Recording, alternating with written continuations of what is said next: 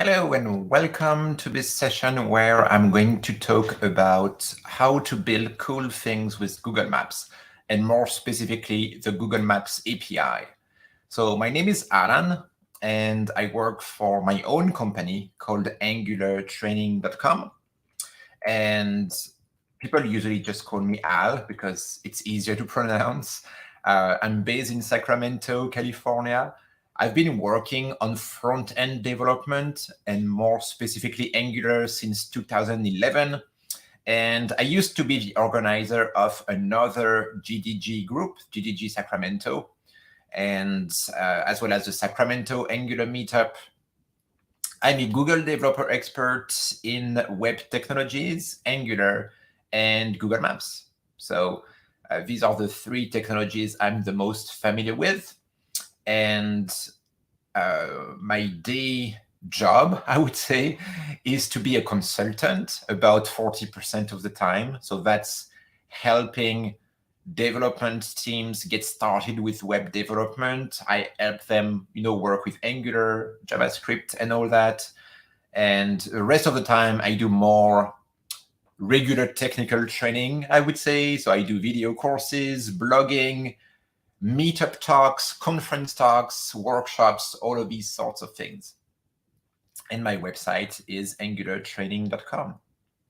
So today's topic is Google Maps. And why do I want to talk about Google Maps? And why do I actually love talking about Google Maps? That's because Google Maps is always extremely popular, right? It's everywhere. If you have an Android phone, several cars are, have built-in Google Maps these days. It's really all over the place. So Google Maps is very, very popular. There's a lot of data in it. And the thing is, what people don't always know is that you can work with Google Maps. You can actually build things on top of Google Maps. And there's a developer API that we can access and that we can, build some stuff with. So at times when we talk about, working with maps, working with geodata and all of that, it can seem to be a little bit complex, meaning it's intimidating. It's not something people are too familiar with. But the thing is, Google Maps API is really super easy to get into. And that's really my goal. My goal with this talk is to show you that you can get into Google Maps fairly easily, learn the basics of the API, and start building some simple apps on top of that. And the nice thing about the Google Maps API, what I really like about it is that you can learn to develop something that looks great instantly, right? We don't have to reinvent the user interface. We just use what Google Maps gives us and we add our own data on it. So it looks great, it's useful, and it's pretty easy to get started and build something that looks impressive. So in the past years, and I would say these examples here are really from a long time ago, so I should not talk about them too much in the present. So these are some examples of things I built about 10 years ago using Google Maps. And the idea really is that you can do anything you want. See, we have 3 different maps here. On the top right corner, this is a heat map. This was to show the concentration of where the customers are for a specific company in Washington State in the US. So the red areas are where they have the most customers, and then of course the color turns to blue when it's cold and that there are not too many customers. So this helps them, see where most of their customers are located, for instance. Other interesting thing, I did a store locator. So this is a Facebook page, and we embedded we embed a Google map onto that Facebook page to have a store locator for a chain in Australia. And the example to the left is a real estate app that was used to for real estate developers, so they could see, plots of lands and the area of each property with polygons and everything, having a 3D view, a 2D view, having different layers on top of that map and everything. So 3 very different projects, 3 different use cases, but all built on top of Google Maps. So this shows you that we can really take the basic map data and then make it our own, add our own things on top of it to get extra information and extra features. So what does a map developer do? The main thing that we would do with Google Maps is take a map, display some location, and then add layers of data and features to the map. So what are these features? It could be markers, polygons, filters. So you select, I want to see this or that, and it's going to display the proper data accordingly. And there are many different examples of apps we can use. So store locator, real estate websites, travel websites, and even more. I have a short video here. This is an example that I did for a customer a long time ago, and it was basically like Uber, but for waste collection. So it was a way for people to, in London, in the UK, to schedule when a garbage truck would come and pick up some trash, basically. And so there's an app that I created for that company, and their customers use it to say, hey, we have to pick up like 5 bags at this location, and they would just schedule it just like you would do with Uber, and people would come over and pick that trash. So lots of different things we can build with maps, right? It's not limited to one specific industry or one specific use case. There's a lot of different possibilities. So now let's take a look at some code. Let's see an example of code around that. So I'm going to show you. I'm going to click here. It's going to open the equivalent of an hello world for Google Maps. So this is displaying a map on a web page centered on a specific location. And the code that goes with this, so make this bigger. This is a JavaScript needed to make this happen. So you can see that it's not much. We just import the Google Maps library. Then we create a new map. That map goes into an HTML element. So we select the element by ID. In that case, the ID is map. And then we center the map on a specific latitude and longitude. And we select a zoom level, which here is 8. And Google Maps has zoom levels from 1 to 20. 1 being super far away or super close, and 20 the opposite. So you can decide if you want to be zoomed in or zoomed out by changing that number. And that's it. You just do that, and you have the following map that would show up here. So just a few lines of JavaScript, and you have a map up and running. The HTML is just a div with an ID of map. So this is the container where the map is going to be displayed. So it is pretty straightforward, right? And then you have a map that displays some basic info. So yeah, 1 script to import, some CSS, 1 div, 3 lines of JavaScript, and you're good to go. That's as easy as it gets. Now, of course, having just a map with nothing customized on it is not that helpful. So instead, what we do most of the time is that we are going to display markers like this one.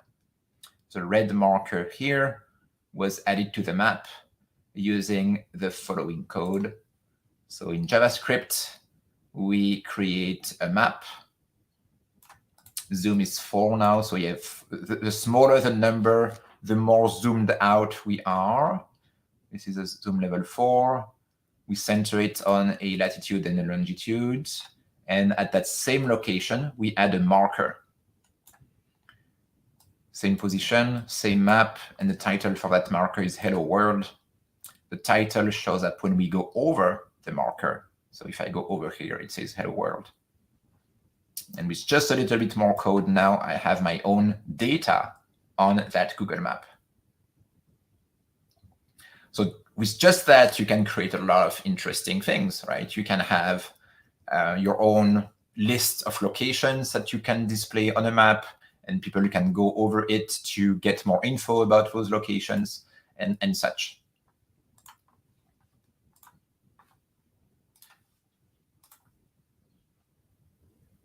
So next, we saw that we can use markers. And markers are the default ones from Google Maps, right? It's even more interesting if we can use our own. And so there is a possibility to have custom icons. So let's take an example here. So this is now another map. And you can see that here we do something a lot more interesting because we used flags instead of the default markers from Google Maps. And the way to set those flags and to use them is basically that when we create our marker, we give them a position, a map, and we pass an icon as a parameter. And that icon is an image. So just the URL of the image. You can pass additional options, such as the size of your image, what is the origin. So do you want the image to be centered on the latitude, longitude, or do you want it to start a little bit to the right or to the left? So you can adjust where it's going to be done. And they do that for that example because they use these flag poles. So what they want to be the location of where the image starts is the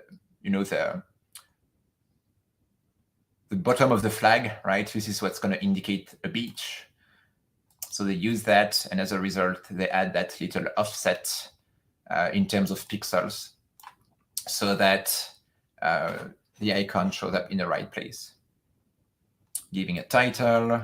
So if I go over those flags, we would see different titles being displayed. There you go. These are the names of the different beaches.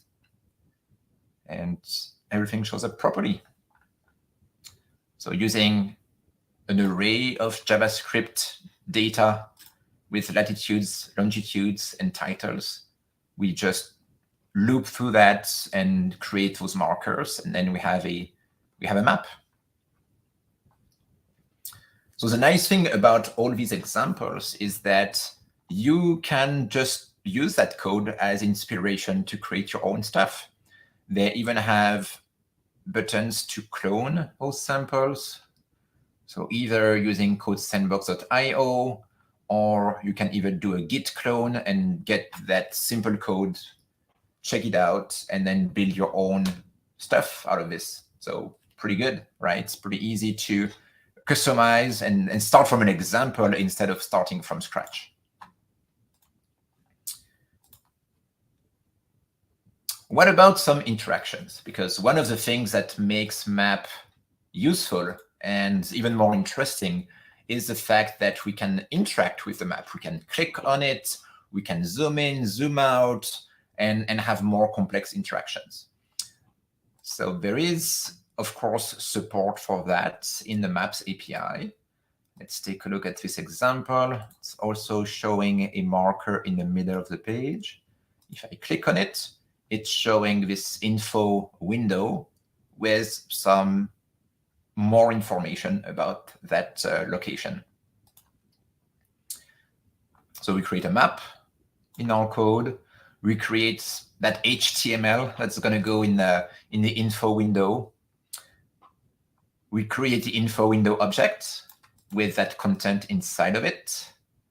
We create a marker at that location. And then what we do is have an event listener where we say, when we click on the marker, we open the info window at the location of that marker and not on that same map. And that way, we could have multiple markers, multiple info windows, and when we click them, they would each display their own info. So that's how we can even further customize and add our own event listeners and start handling clicks or any sort of event for that matter. Double click, drag and drop, you name it. You can really do all what you want with that. And it's just JavaScript. So it's easy to get into if you're a front-end developer. The API for all of this is in the Google Maps API. So let's see, read the documentation right here. There's a link from all of these examples. And in those examples, they give you the full API. So they would give you different methods that are available. Let's see, this has changed a little bit. Yeah, they specify the API, what are the different parameters that we pass to the methods. Yeah, the rate is all described. All of the info window options, what's the content, is there any pixel offset, what's the position, what's the maximum width of the window if you want to have some restrictions around the size of that info window. And yeah, the documentation is really good. I've built a lot of stuff with Google Maps, and I almost always got the answer that I wanted just from that documentation. So there's a lot of examples, lots of good info, pretty easy to follow and build from that. And if you have any questions, by the way, feel free to use the comments, and I'll answer all of the questions after my presentation. So feel free to accumulate questions in the chat if you want to, and I'll be happy to answer those questions later on. So I talked about the Google Maps API a little bit, and we saw that in order to use Google Maps properly, we need latitudes and longitudes, right? Everything relies on a latitude and a longitude in order to make things happen. So how do we get those latitudes and longitudes? What's the easiest way to know those values for any place on Earth? Well, if we go to Google Maps, so let's say I go to maps.google.com, and I want to know the geo-coordinate anywhere, so I'm just going to pick a random place here. I can just right-click on it, and you can see that as I right-click, it shows me the latitude and longitude right there. So it's super easy. You just go on the map. Oh, I want to know the latitude and longitude of this store here. I right-click on it, and I have it. So that's as easy as it gets. Just one right-click, and you get latitude and longitude. If you click on it, it's going to copy it to your clipboard. So then you just have to paste it, and yeah, that's really all there is to it. So pretty easy to get the latitude, longitude of any place on the planet with just one right-click on Google Maps. There are other very cool things with Google Maps that can be useful. One of them is the 3D view and tilt. Now, those features really depend on the country and the accuracy of the data. In the US, for instance, and in California in particular, because I'm very close to Google, the HQ, the data is really, really good. So if I go to here and decide to go to the satellite view, I can now get my map in 3D, and I can tilt it around, and you can see that all of the buildings show up in 3 dimensions. And it's loading slowly because I'm streaming, so it takes a little bit longer. And there are big mountains all the way over there, so they would show up as well, far away in the distance. But now it's pretty much like Google Earth, right? I can really go around the world and explore and see everything in 3D. So this, of course, is going to depend on the place you're looking at. But yeah, if you want to explore the US, there's great data there. So it's super easy to get very precise, up-to-date views, everything in 3D, so you can really explore and learn more that way. Another very recent addition to the different Maps APIs, because I talked about the Google Maps JavaScript API so far. But the thing is, Google is always releasing new things. And one of these recent additions that you can find under the Google Maps platform is what they call aerial view. So you can create a 3D cinematic video of a location. So the idea is it's just an API, it's a REST API. You say, hey, give me an aerial view of that location, say San Francisco, for instance, or this baseball field, and you call that API and it gives you a video. So the return of the API is just a video, which means once you have that video, you can just put it on a website and it's just going to keep, showing the animation and loop and everything. So you don't even need a map. You can just generate a video and use it. They have the same thing for images as well. So you can just generate a static image, either a street view or a 3D view of some place, and have that static image, save it, and use it for later. This is all possible as well. So there's a lot. And this is just to give you an idea of the list of all of the different products available under the Google Maps platform brand, right? So this was aerial view. There's JavaScript API for maps. Street View has its own API. There's an elevation API. So you give a latitude, longitude, it gives you the elevation of that place.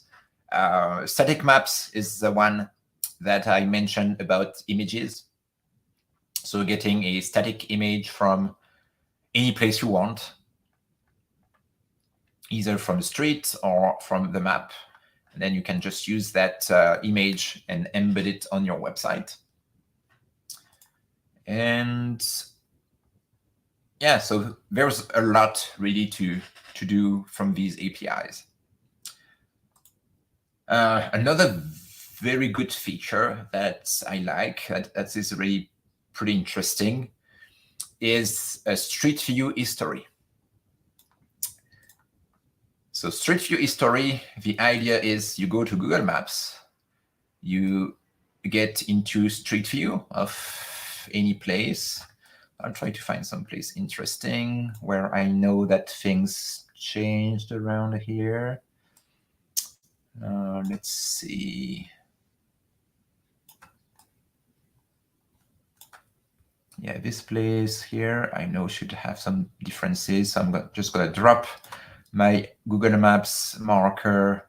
And so it's showing me data from 2022, so fairly recent. And here you can see that there is see more dates. And if I click on this, I can go back in the past. And I can select what it looked like in 2009, 11, 12, 15, 17. So let's go to 2009, see if there's any difference. The trees should be smaller at the very least. Yeah, there's even no tree at all. It was just being built in 2009. So if I click on 2011, now it's greener. 2012, we have trees. 2015, the trees are bigger. 17, even bigger and greener. So you get the idea, right? It's pretty powerful. You can go back in time and see what things look like back then. So you can imagine there's so many things you can do with that. It's literally a recording of everything on Earth. Yeah, it's wild. I know. It's pretty amazing. So it's hidden up here, right? You go on Street View. If there is any history data, see latest date, and it's going to show you that timeline. And yeah, you can just, and you can see that even as I scroll left or right, all of the thumbnails at the bottom get updated. So I can see that in 2009, the trees were smaller, and then 2019, they're much bigger. Just from the bottom of the screen, we can see those thumbnails here. So it's, yeah, it's pretty good. Now, of course, just like everything with Google Maps, this is going to depend a lot on the area you're looking at. So many places in the US, you're going to have excellent coverage and lots of data. In other countries, you'll have almost nothing, and it's going to be, a lot less interesting. But still, there's, in the future, coverage going to increase. All of the places are going to have, lots of cool stuff like this. So just something to be aware of.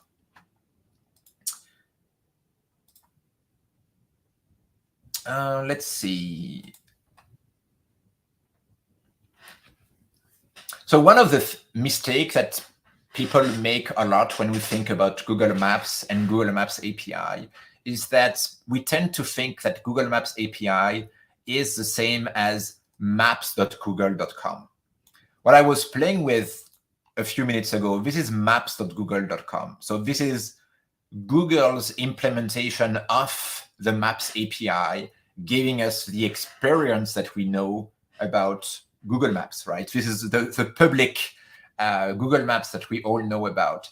The API is slightly different in a sense that it doesn't have an exact match of all of the same features. So you can embed a map on your website, and that map is not going to have all of the features of the regular Google Maps. Of course, you can still zoom in, zoom out, access the Street View info and all of that. But there are things that are not there yet. There are things that you won't be able to see in the Google Maps API. So that's something to be aware of and basically test them out to see that it's available in the API or not. I took this example of Trulia.com to show you that if I go to that map, it's going to have a different set of features than the regular Google Maps. So we can tell it's a Google Maps. We can recognize the colors and the styling, but there was no Street View button, for instance. This was removed here. I can still zoom in, zoom out. They added their own layers of data so that they had their own markers. When I go over them, it's showing, a card with some info. So these are all of the kinds of customization we can make with Google Maps. We can also see that as I drag the map around, it's updating the listings on the left. So just using my current map view as the filter for the properties to display on the left-hand side. But lots of cool stuff like this. But yeah, there's no Street View or history or anything like this. It's all removed from that map. So it's really different, right? It's a different version, simplified version of the Google Maps that we know about that you can embed on your own website when you play with the API. The API reference is here. And I see we have quite a few questions. So I'll do a first part of the Q&A so you don't have to wait too long for your questions to get answered. So yeah, that's a reference of the Google Maps JavaScript API. Version 3 has been around for very long. So, this is, you can really rely on it. They don't change the API very often. So it's rare that there are breaking changes or anything like this. It's been very, very stable. And here you get a description of all of the possible objects you can use, all of the possible customizations and everything. So yeah, that's the API itself. So let me take a look at a few questions here from the chat. So have you worked a lot with populating the maps using dynamic data from a JSON database? What are some things we should take into consideration? Yeah, so all of the examples I showed earlier, this was basically the structure. I would be using JSON data, download it to the browser, and then use that to display, polygons or adding markers to the map. The only thing to take into consideration is to have a latitude and a longitude. That's really all there is to it. If you have data with latitude and longitude, you're good to go. You can use it on a map. So it's pretty straightforward. One thing that I can add to that is Google Maps supports a GeoJSON format out of the box, which can be very helpful. because when you use that GeoJSON format, it can just read it and display the data pretty much automatically. So you don't even have to write any code. You just give the URL of that JSON, and then the map is going to get generated and display all of that stuff. So these are some rules to follow, and they give you some samples here. Let's see this one, for instance. I'm going to open it. So this is a JSON file. I'm going to open it in a tab here. It's following the GeoJSON recommendation, which is basically an array of features. These features have a type, they have different properties, a color, and then you describe the geometry of the feature. So it's a polygon, and here are the different coordinates. So if you follow that GeoJSON format, you can feed it as a URL to Google Maps, and it's just going to display everything. Which is super nice because, again, then there's almost no code to write. Yeah, that's the code they use to render it. You create the map, and you say, map, use that GeoJSON, and done. So that's super straightforward. The only difficulty is to have your data formatted in that GeoJSON format, and then you're all good to go. So yeah. That would be my advice. Consider using that format, and then it's going to make things a lot easier. Next question. I know Google Workspace G Suite has their own Maps application, so you recommend this for prototyping potential map apps. What are the limitations, trade-offs? Yeah, I believe those are actually the same products. There's a lot of products in the Google Maps platform. If they have some automated way to do things in Workspace, it might be something that gets data from a spreadsheet and automatically creates a map out of it. So you might get some features, but it's going to be a much smaller subset of what you can do with the API. So yeah, maybe a way to prototype, get started, kind of get an idea of what you can do, but it's going to be a lot less than what the API allows you to do. So for prototyping, what I would recommend is to take a look at the examples on the website for the API. And then, with the example that you want, start to edit it, tweak it a little bit, and see if you can get it to what you want. That would be the best way, I believe, to get started. Take an existing example, change it a bit, and see if you can do if you can get where you want to go, basically. Yeah, that's how I would go about it. For static maps, what benefits does Google Maps API have over software like Tableau? One of the things that Google Maps has that very few maps providers have is that they are fairly up to date. So if we look at the Google Maps data right now, these satellite views, they are from 2023. So they are basically from this year, which means this is really the latest data. So if I ask Google to take a picture of that map, I know it's basically from just a few months ago. So it's really going to look very up to date.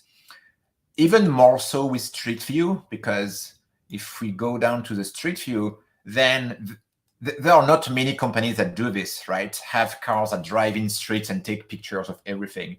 So if what you want is a static picture of, let's say, a store here, and you want to use that on your website, you can tell Google Maps, hey, create an image of this. And you can then ask to get a refresh of that image every maybe 6 months, for instance. And you would always have a fresh, up-to-date image of that location, which is also very powerful, right? So yeah, that's the main benefit, is that it's up to date. That's what I would say. It's really always updated very frequently.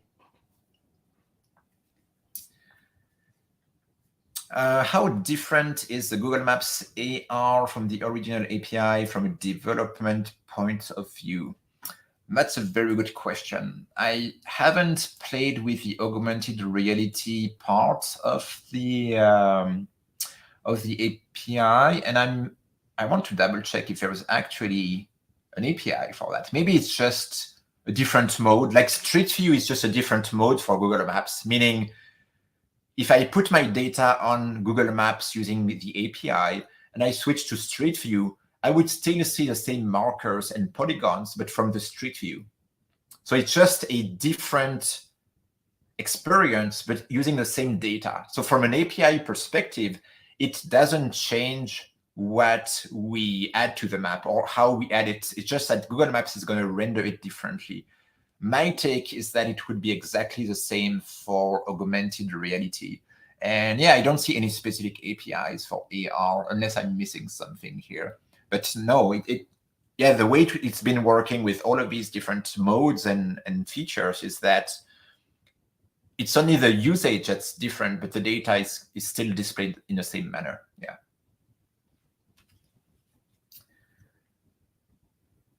Oh, that's a very good question. How difficult is it to integrate photorealistic 3D tiles views in apps or custom websites?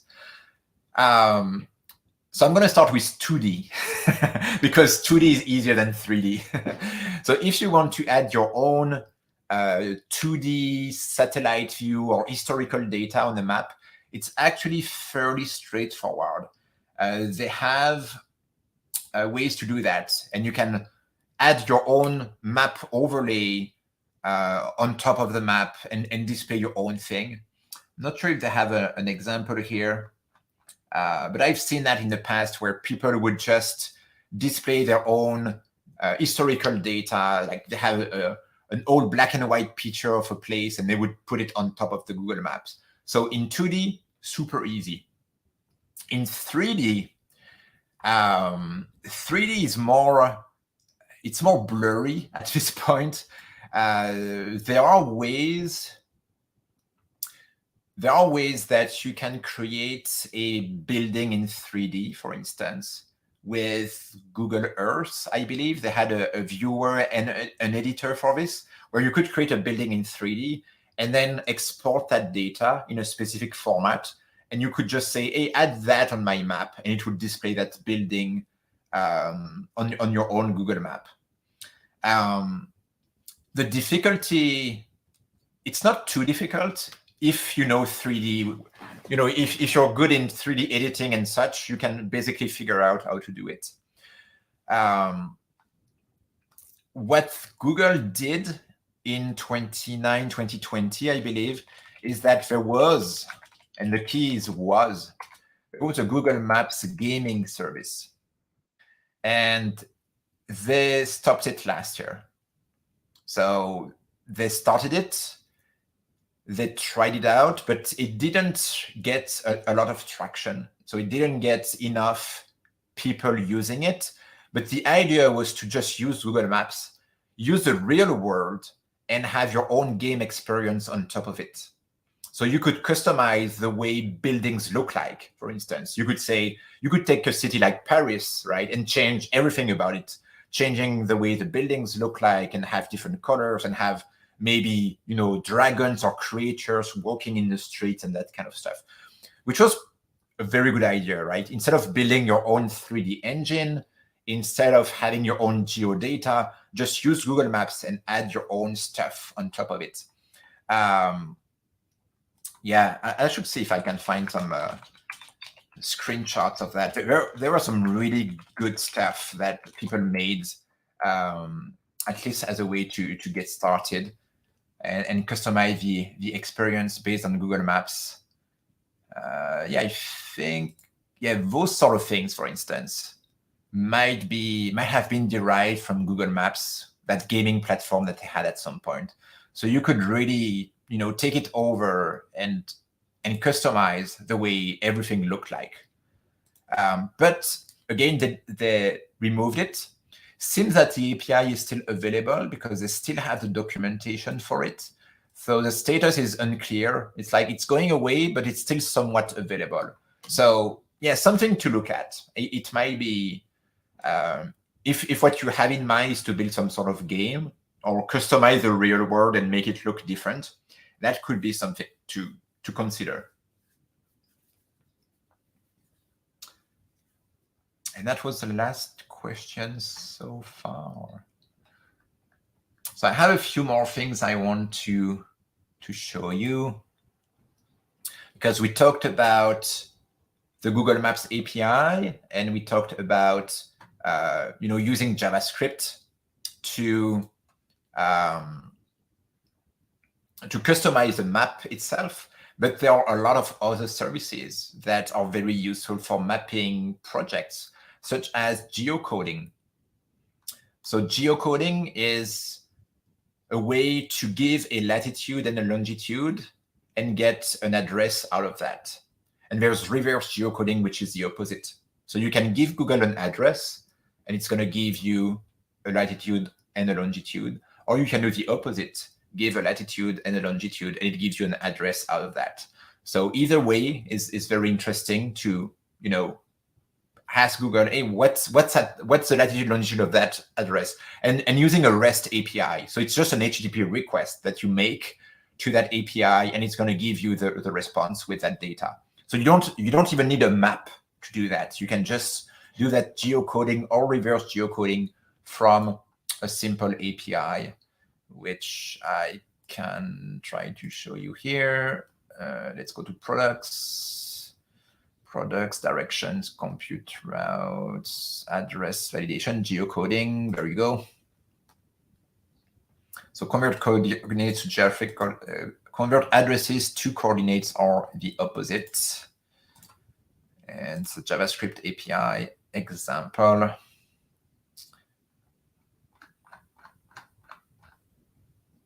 So you pass a request, you can decide, you can add some extra info, and you get a response. So it's an HTTP request, so it's not super exciting to see, but they give you a URL.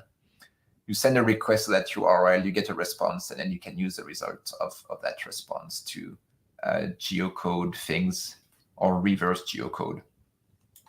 It's all based on REST, meaning it's all HTTP related. It's all doable on the web, which is pretty powerful.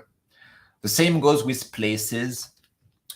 So what Google calls places is the database of all of the businesses and any location for that matter. So parks, public buildings, businesses. So if you want to create an app that displays a list of restaurants in a specific location, you can query places and say, hey, give me all of the restaurants in that city, and then display your own thing on the map for those restaurants, for instance.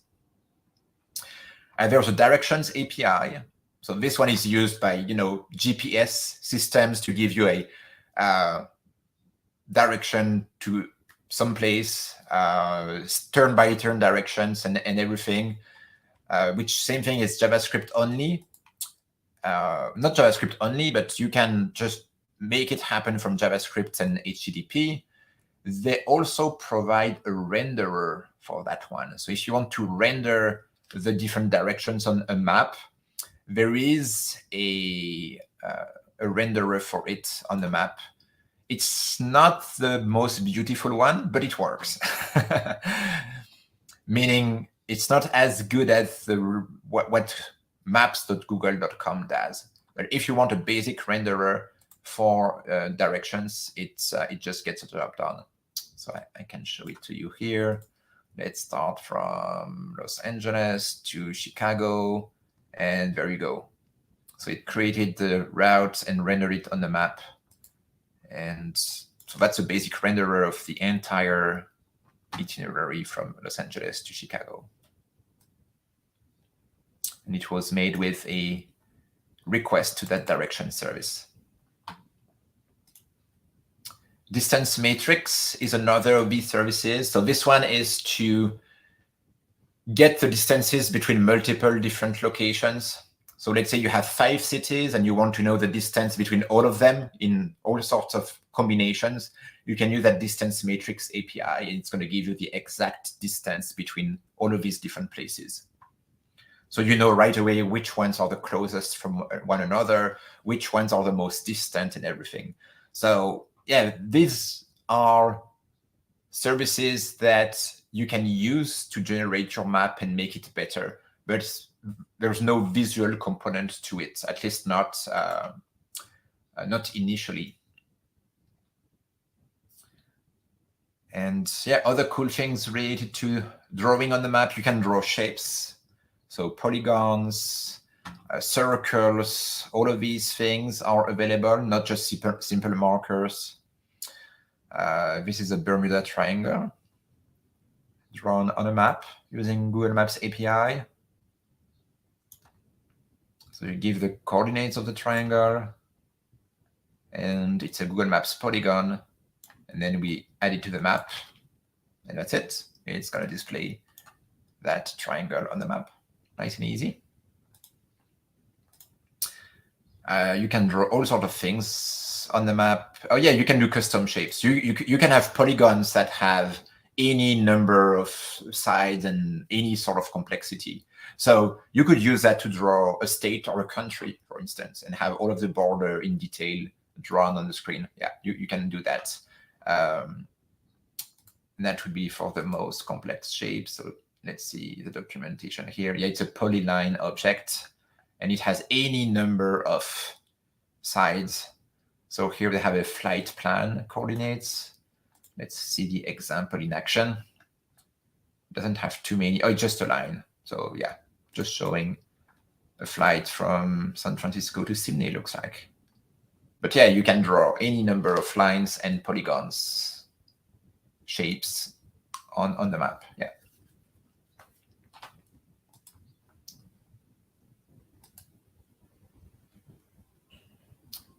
There's a drawing manager, or used to be. I'm not sure if this one is still available. Let's double check. No, it seems to be gone. So yeah, there used to be a drawing manager where you would draw these shapes and everything, and it would give you the code and all of the coordinates out of it. But yeah, it got removed or is hidden someplace else now. And other possibilities that we have are about styling the map.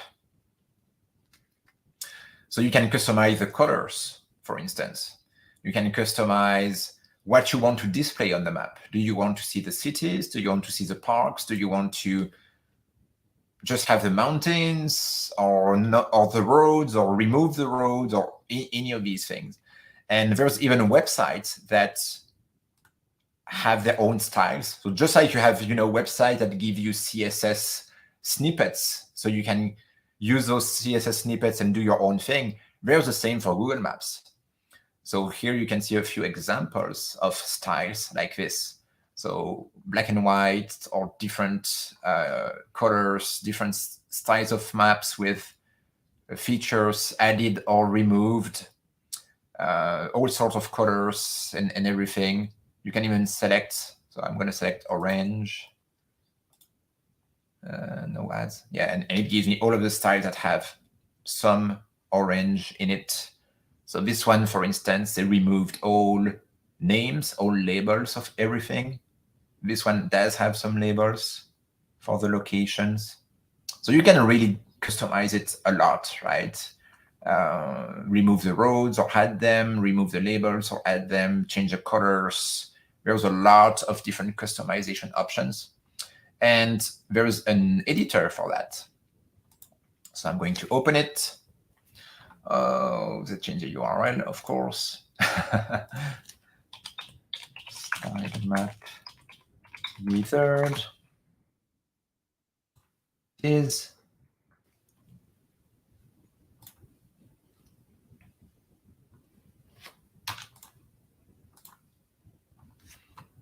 so there are some predefined options like silver, standard, retro, dark, night. I go with retro. And from there, I can decide to remove some of the roads. So I can lower the density of roads.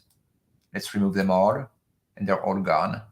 Or just a few of them, just the main ones. Then the main ones and the secondary ones, or just everything. So you can really customize and tweak so your map shows only what you want. Same thing with the landmarks. Do we want all of them, less of them, or none at all? labels, just the main ones, even less, or nothing at all. Yeah, now that map looks pretty much naked. So I can add a few labels to it. Some landmarks.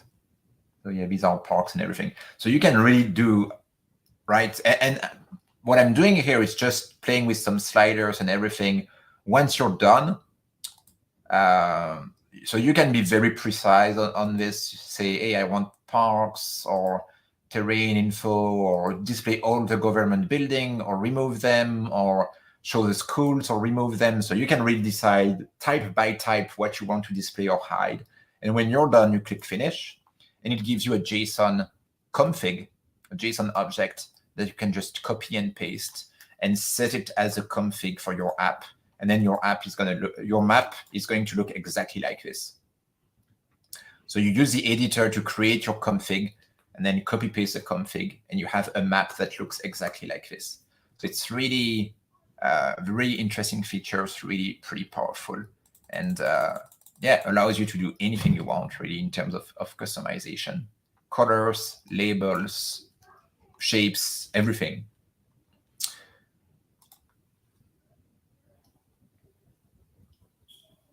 So yeah, that's pretty much everything I wanted to talk about.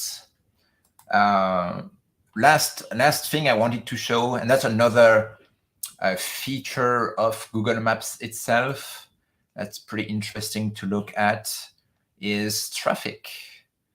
So if I go back to my regular layer, I can add traffic to it. So when it's green, it means traffic is pretty good. When it's orange, red, it means it's getting pretty bad. So this area here right now is pretty bad. It's red, even black when it's really slow. So I guess most people know about that feature and have seen it in the past. Where it's even more interesting is that you can plan an itinerary. So you can, have your own itinerary here and say, I'm going to do that tomorrow morning or next week at 4 p.m. in the afternoon. And it's going to predict the traffic based on historical data on how to get there. And you can even see the typical traffic here from that UI. So you can say, oh, on Wednesdays at noon, how is the traffic in that place? And you can see that there's a lot of orange. So it's not great to drive around on many of these streets. When does it get better? So you can plan and say, okay, let's see. When it's 4 p.m., oh, it's actually worse. There's more red. Should I wait? Oh, yeah, if I wait for 6 p.m., then it's a lot greener and everything. So you can really plan your own itineraries based on that data and see when traffic is really good, really bad. So when you go to a new place, for instance, where you've never been before, this is something that can be a big time saver. And it works with itineraries as well. So if I say I want to go to San Francisco Airport, and I want the directions from here, from Sacramento, it's going to give me that. And I can say I want to arrive by, you give the time and the day up here, and it's going to plan according to that. So it's going to use that same predictive info to say, well, it should take about 1 hour 50 to 2 hour 50 to get there. So leave around 2:30 p.m. to be on time. So we don't have to do it manually. We can rely on the Google Maps data to, anticipate. And that's something I use a lot. And it's pretty accurate. It's really based on a lot on historical data. So it's really good. So some of that data is exposed in the APIs as well, which means you could create your own application, your own map that's using that data to provide features to your users. So that's an overview of a lot of things about Google Maps. And my goal was really to get you excited about the technology and show you that there's really a lot more than we usually think of when we talk about maps. Lots of interesting features, lots of different APIs. We can basically, take all of these different pieces, play with them, and create our own maps, our own custom applications based on that. So hope you enjoyed it. If you have any questions in the future, you can reach out to me. So angulartraining.com is my website. On Twitter, this is my Twitter handle. You can also connect on LinkedIn. It's my first name, last name on LinkedIn. I'm available there as well. And that's probably the best way to reach out to me. So feel free to connect on LinkedIn if you have any questions or anything. Just type my name and you'll find me right away. So yeah, thanks everyone for attending. Hope you enjoyed the session, and yeah, feel free to be in touch if you have any questions. Thank you.